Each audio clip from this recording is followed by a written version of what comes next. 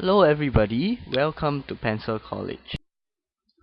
In this video, we will learn about quotient rule. So recall that in the previous video, we have learned how to do product rule, which product rule will help us to evaluate the differential of y when y is a function of x multiplied by a function of g.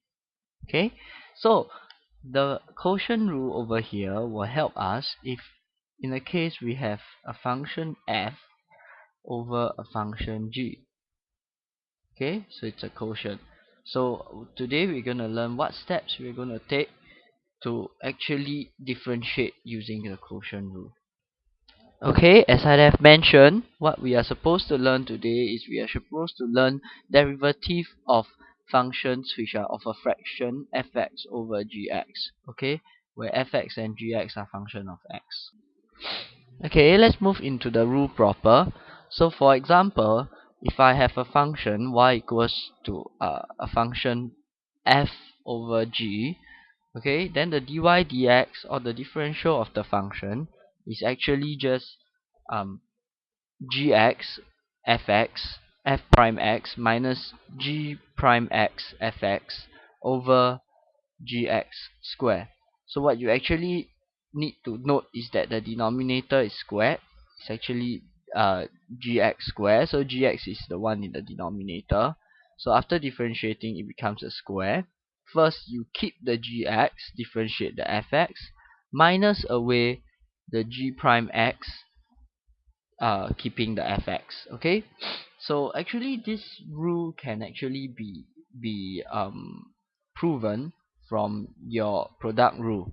Okay, so if you do not like to use quotient rule, you can actually just treat this as product rule and chain rule.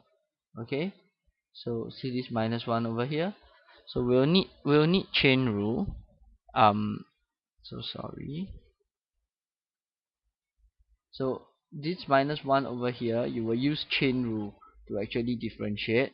And what you will actually get if you try to differentiate something of a form like this using chain rule and chain rule and product rule, you will actually get a quotient rule in its full form.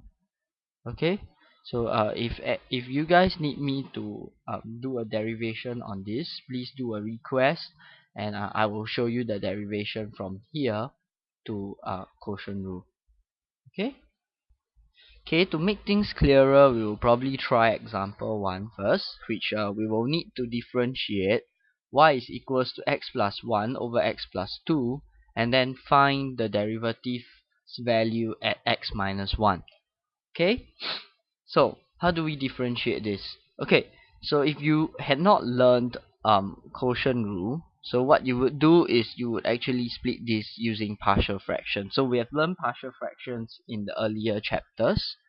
Okay, so I'm not gonna go through it. So anyway, if you can see, this is actually x plus 2 minus 1 over x plus 2. Okay, so there's actually a shortcut method to do partial fraction. So this is 1 minus 1 over x plus 2. Okay, because this term over here will contribute to the 1, and the minus 1 over x plus 2 will be the remainder over here. Okay, so if you split it up using partial fractions, you still get the same thing. And then let's do a dy dx, and then what we will actually get is this one will disappear, so I will just be actually differentiating 1 minus x plus 2 to the power minus 1. So the minus sign will be there, the minus 1 will bring it down. Okay, and then x plus 2 becomes x plus 2 minus 2. Okay, so what we will get is actually 1 over x plus 2 whole thing square it. Okay, so let's try the approach using our quotient rule. Okay, so this is x plus 1, x plus 2. So in the case our fx will be x plus 1 and our gx will be x plus 2.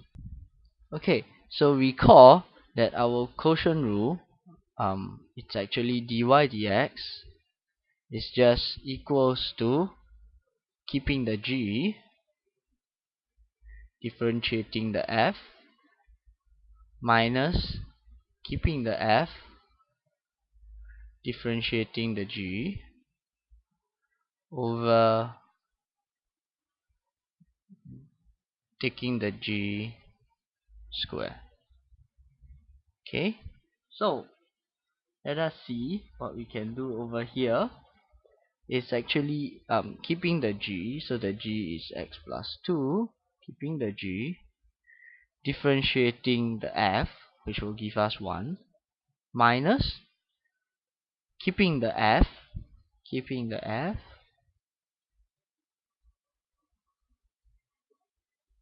and differentiating the g, which will give us 1, differentiating g will give us 1, over the g square.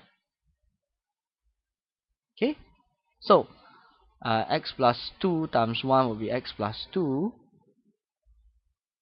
minus x plus 1 times 1 will still be x plus 1, over x plus 2 square. Okay, so this will also give me 1 over x plus 2 square. Okay, so to find its value at 1, at x equals to 1, this will just be 1 over 3 square, which is 1/9. Okay, so take note that both answers are still the same, so for you to compare, because we're differentiating effectively the same thing. Okay, let's try another example very quickly. So let's say we would need to differentiate y equals to x plus 3 over x squared plus 5x plus 6. Okay, so if you again do not know quotient rule, so what you could actually do is you could actually factorize this. Okay, so if you were to factorize this, what you actually would get would be x plus 2 and x plus 3. Okay, so you can do the factorization by yourself, and you realize that you can actually cancel these two terms. Okay, if x is not 3, you could actually just cancel. If x is not negative 3, you could cancel, and you will end up with 1 over x plus 2. Okay, so to differentiate this, it would actually be very simple. So all you have to do is just to take dy dx, and this is just actually x plus 2 to the power of minus 1. So what you actually get is negative 1 over x plus 2 square. Right? Okay, so I should expect you to see this very fast because we have learned chain rule many times, many videos ago.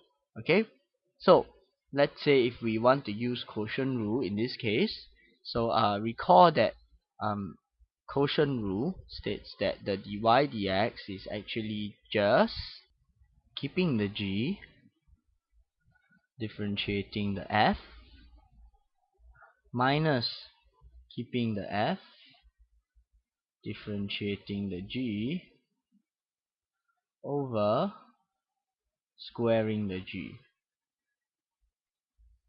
Okay, so this is our formula. Let me just write it on top so that we are clear. Okay, so now I choose my f to be x plus 3 and my g would be x squared plus 5x plus 6. Okay, so my dy dx would actually just be keeping the g,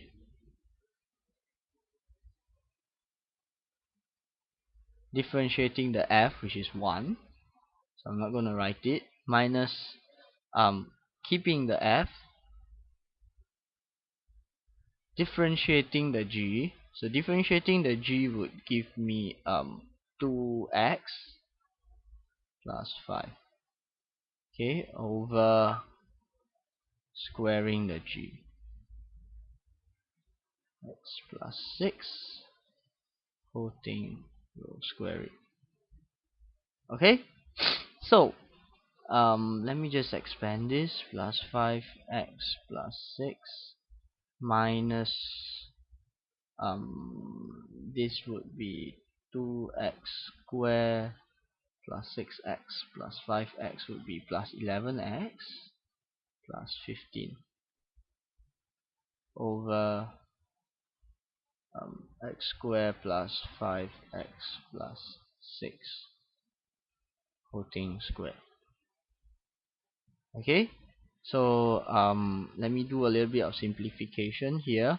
I'll be left with negative x square, negative 6x, and negative 9. Okay, over x square plus 5x plus 6 whole thing squared. Now, okay, so if I were to do a factorization of the top, I take out the negative first before I do the factorization. um I would actually end up with x plus 3 squared, okay, over, now we would still have to factorize this in order to be able to see it. So this is just x plus 2 and x plus 3 squared, right? So take note that by the laws of indices, the square will apply to both. X plus 3 square over x plus 2 square, x plus 3 square.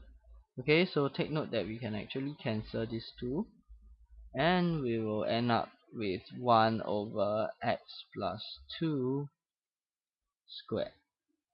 Okay, so which is the, oh sorry, I forgot the negative sign. So we'll also end up with the same answer as what we get here.